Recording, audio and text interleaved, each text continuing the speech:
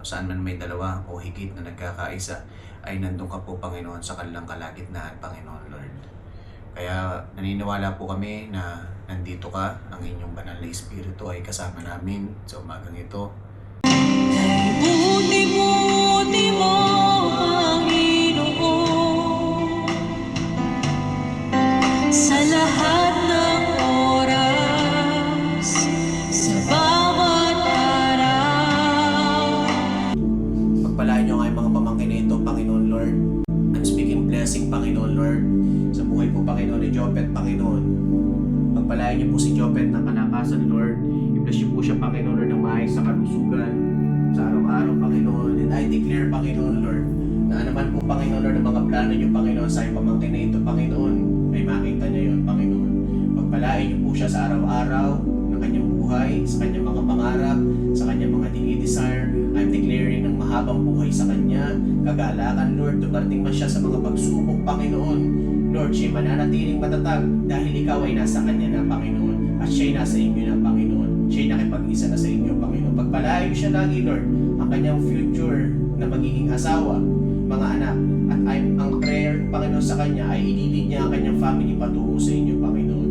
At Lord, mula na tinanggap ka niya, Panginoon, siya ay bago na, Panginoon. Ilayo niyo po siya, Panginoon, Lord, sa kapahamakan. Lord, i-guard niyo lagi ang kanyang temper, ang kanyang puso sa pagkagalit, pagkainis sa kapwa, Panginoon, Lord.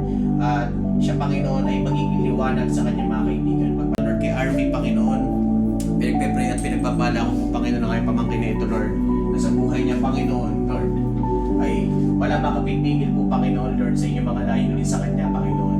Sila yung mga bata pa, Panginoon, ay nakarinig na sila ng inyong mga salita, Panginoon. At alam ko, Lord, na ang mga salita ngayon ay natanim po, Panginoon, sa kanilang mga buhay, sa kanilang mga puso, at lalong pinatibay, Panginoon, nung tinanggap ka nila ni Arby sa puso niya bilang Panginoon, tagapagligtas, Panginoon.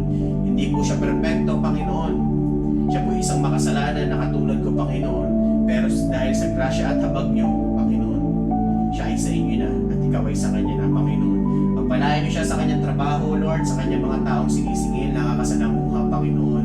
Ilayo niyo po siya sa lahat ng kapahamakan na pagpalain niyo ang magiging future na asawa niya, magiging anak niya, Panginoon, Lord, mga apo, Panginoon, Lord. At siya maglilid sa kanyang family, Panginoon, patungo sa inyo, Panginoon. Siya magiging matibay na foundation ng kanilang tahanan dahil ikaw, Panginoon, ang kanilang mismong sandigan at pundasyon, Panginoon. Pagpalain niyo sa RV, saan man siya magpunta, sa kanyang mga nakakasalamuha. Ilayo niyo po siya sa mga barkada, kaibigan na bad influence, Panginoon. At siya magiging magandang influence sa kanyang mga kaibigan, Panginoon. Pagpalain niyo siya ng mahabang buhay, kalakasan, kagalakan,